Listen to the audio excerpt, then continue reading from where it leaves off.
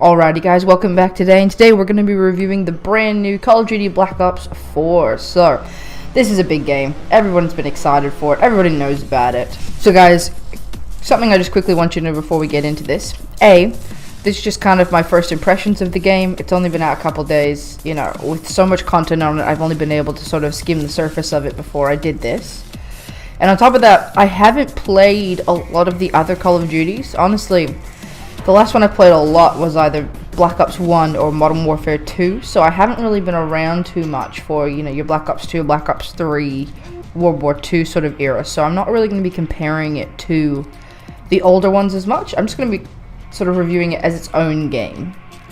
Now, straight off the bat, the best thing about Call of Duty, especially this one, is it has so much content to it. So you've got your multiplayer, which is your rooty-tooty, point-and-shooty kind of adventure, which everybody expects from Call of Duty. You've got your zombies, which, you know, is something else people have come to expect. But on top of this one, they threw in Battle Royale. So, look, when I heard Call of Duty was doing Battle Royale, I made the same face I made when anybody says they're doing Battle Royale. Every man and his dog now has a Battle Royale mode in their game, whether or not we want it. Something I know a lot of you have been asking for. It's Royale. So everybody thinks we want Battle Royale. That being said, there is a little bit of an opening in the market right now, considering PUBG is essentially dead. So if you're not interested in the cartoony Fortnite full of 12-year-olds, Blackout isn't actually a bad option. Like, it's actually quite good. It seems to have really taken a lot of elements from PUBG and cleaned it up. It's essentially done what PUBG should have done ages ago.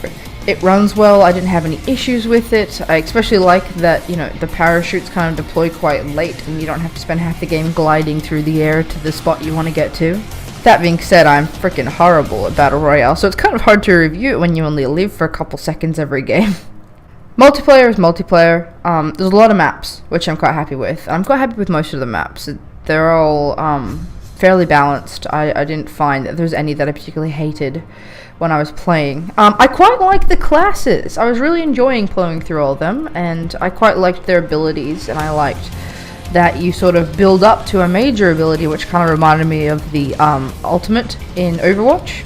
I actually really enjoyed that, and I didn't find that any one class was too OP, at least at this point. Like, maybe when people get particularly good at one class or another, you'll find they're unbalanced. But for the time being, it was actually quite fun. Like, I quite enjoyed it. Generally, I find Call of Duty multiplayer is hard to keep my attention. Like, I need an objective that's more than just, you know, kill.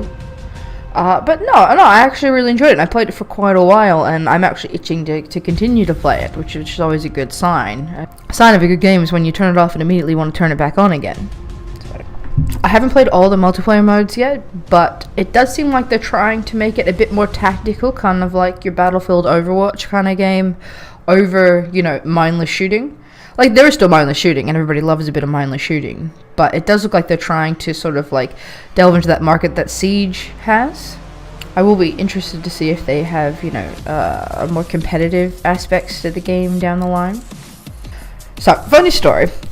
When I went to play Zombies, with John, who you've seen around the channel a little bit. He did Doki Doki with me, and you'll see him more later.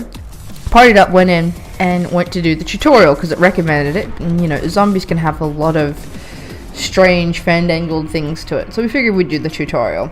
Didn't do the tutorial, clicked the wrong thing, just got thrown into a fucking game with two other guys who luckily knew what they were doing and had to figure it out from there. And that is kind of the problem with Zombies. It's not a game you can really jump into and understand what to do. Because, yeah, 1 minute we're in some sort of gladiator arena, and next thing John's throwing magical spears at zombies, and we didn't know what was going on. You had to cut ropes to get challenges, and then you earned like a heart on fire, and yeah, it was something else. That being said, Zombies' downfall in the past has been its overcomplication of the game. It's gotten away from its roots. And I didn't feel that playing the Zombies. It was overcomplicated, and it did have different aspects of what was going on, but I really liked how each map was themed, and each map was so different. I felt lost, but it didn't feel like it was impossible to learn it. I did easily get separated from my team a lot, because I had no fucking idea where they went or what they were doing. But the crux of the game was still lots of zombies coming at you, shoot them in the head. And I felt that it sort of... Obviously, they don't want to go all the way back to something so simple that it's like, oh, well, this is just zombies from Black Ops 1. But I feel like they gave it a really good spin without taking away the fun. Like zombies is just pure fun. It's not supposed to be anything more than that. It's just fun to shoot down wave after wave of zombies. And that's what I feel the whole game has embodied. It's kind of like it's gotten rid of all the crap. It's gotten rid of all the excess. It's just gone to fun. What's fun? If it's fun, it's in. If it's not fun, it's out. So it's rather like Doom in that regard.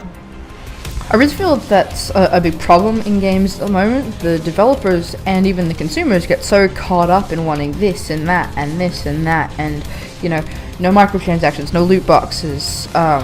You know, it just gets lost. Everything gets lost, and everybody forgets that this is just fun. It's just entertainment. So games can be fun without being, you know, without having award-winning stories, without having insane graphics. Like, you look at some of the most popular games, them being something like Minecraft, Fortnite, hell, even Roblox. They're just fun. They don't worry about anything else, and they don't give a shit. All they do is be fun, and I feel like that's what they're trying to do here, and I think they did a good job of it.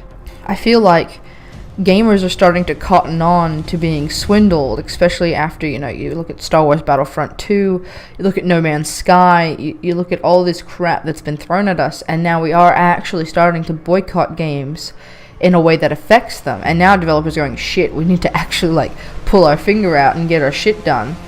And I feel like that's what they did. The game feels finished, the game feels polished, the game feels like it actually got released at the right time. It didn't get released with DLC already in mind. It didn't get released with, you know, chunks of the game missing for you to buy them later. It got released completely done, ready to go, and you know, it's a good game. Overall, I give the game 9 Stegosauruses out of 10. I only took one off because I'm fucking shit at it and I can't live long enough to play it very well. Okay then guys, that's pretty much the crux of what I have to say. I'm sure you'll see some more Call of Duty videos up on the channel in the future. Expect Life is Strange 2 now that I finished Life is Strange 1. If you liked the video, give me a like, give me a subscribe. I really do appreciate it guys, and I will see you next time.